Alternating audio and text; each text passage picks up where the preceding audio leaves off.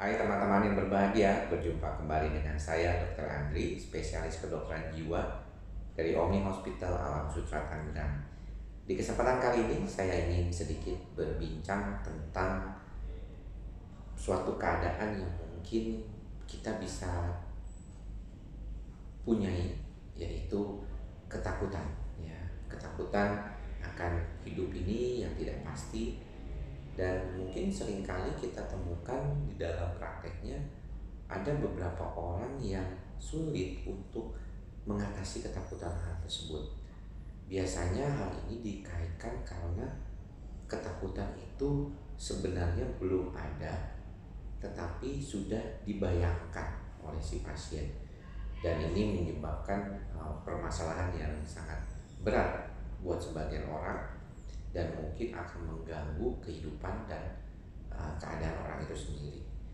Namun kalau kita perhatikan kemampuan orang untuk mengatasi ketakutannya itu beda-beda setiap orang. Ada yang bisa segera, ada yang butuh waktu lama, dan ini tergantung dari bagaimana mereka merespon pertama kalinya. Nah, biasanya kalau kita menghadapi situasi yang baru, pertama kali kita temui, mungkin kita jadi khawatir. Waduh, tiba-tiba terjadi respon kita, baik secara fisik maupun psikis bisa terlihat ya. Misalnya kita jadi was-was, berdebar-debar, ada perasaan kayak ketakutan, apakah saya bisa menghadapi hal ini. Namun ketika orang itu sudah berkali-kali menghadapi situasi yang sama, mungkin akan berbeda. Jadi dia akan lebih nyaman, lebih bisa menghadapi kenyataan tersebut, dan akhirnya membuat dia semakin mengatasi dan kedepannya bisa mengatasi kembali. Nah, banyak kasus ketika pola adaptasi itu menjadi berbeda, seringkali timbul sebagai gejala-gejala yang kita sebut gejala-gejala kecemasan. Jadi orang tuh pertama kali mungkin stres dulu, takut dulu dengan kalau kita bilang tuh pemicu itu dia tidak bisa menghadapinya. Kemudian setelah dia tidak bisa menghadapinya, timbullah stres. Kemudian kalau dia nggak bisa menghadapi stres itu, otaknya sudah kebanyakan bebannya, timbullah gejala cemas. Karena kalau cemas itu bukan saja terkait dengan situasi yang memicu, tapi bisa saja walaupun tidak ada pemicunya bisa timbul kecemasan. Makanya kalau kita sudah dalam tahapan cemas, rada susah. Lebih baik masih dalam tahapan takut, stres. Kenapa? Karena kalau dalam tahapan takut dan stres itu kita masih ada dalam konteks memahami, mengetahui dasarnya dari ketakutan kita. Makanya kalau dikaitkan dengan orang cemas tuh banyak juga yang percaya dia melakukan hipnoterapi gitu.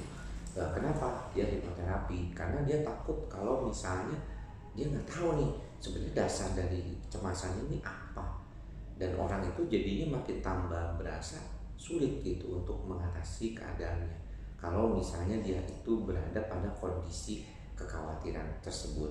Jadi buat teman-teman, saya rasa yang paling penting adalah pertama, kalau kita merasakan adanya stres di dalam kehidupan kita, kita perlu tahu nih sebenarnya apa yang membuat kita itu terbebani.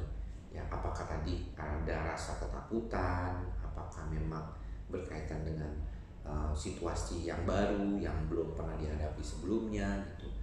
Dan kemudian bagaimana kita mengelola perasaan dan pikiran itu sendiri. Di banyak kasus kalau kita perhatikan itu sebenarnya orang tuh biasanya cepat beradaptasi kalau misalnya masalahnya, bebannya atau ketakutannya tuh ringan. Tetapi kadang-kadang menjadi sulit kalau dia terus menumpuk dan akhirnya menjadi masalah yang tidak selesai-selesai. Nah, inilah yang perlu diperhatikan kalau kita berhadapan pada situasi-situasi atau kondisi yang sekiranya bisa menyebabkan kita mengalami kekhawatiran. Dan untuk itu selalu di dalam prakteknya kita perlu mengenali sumber-sumber stres kita. Kita upayakan diri kita untuk segera mengatasinya. Jangan membuat atau menjadikan stres itu sebagai beban buat kita, dan akhirnya kita bisa mengatasinya dengan baik. Kalau kita tidak bisa, kita harus cari orang lain, konsultan atau siapapun yang bisa mengatasi atau membantu kita mengatasi stres tersebut.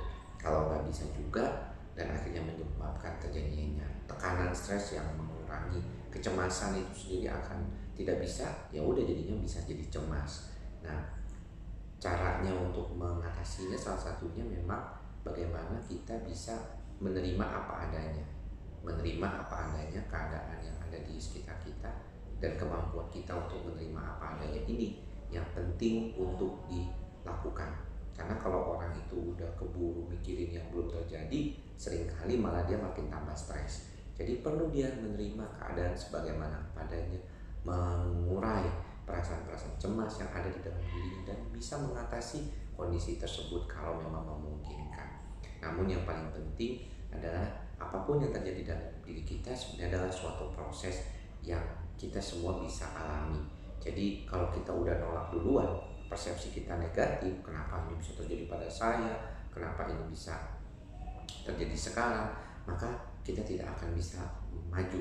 Jadi lebih baik kita mencoba menerimanya dulu. Makanya saya bilang belajar ikhlas adalah salah satu cara untuk menerima kenyataan seperti apa adanya, dan kemudian kita berupaya untuk mengatasi keadaan tersebut.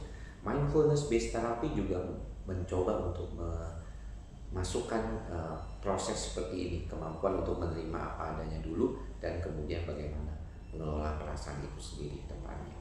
Jadi saya harapkan teman-teman jangan lupa untuk berlatih, karena ini bukan suatu gifted ya, bukan sesuatu yang diturunkan dan harus dilatih terus menerus. Jangan sampai keadaannya itu udah keburu jadi cemas dan akhirnya susah untuk dikendalikan, karena kalau udah panik memang rada sulit untuk dikendalikan.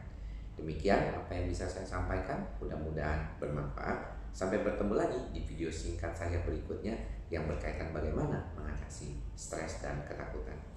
Bye bye. Salam sehat jiwa.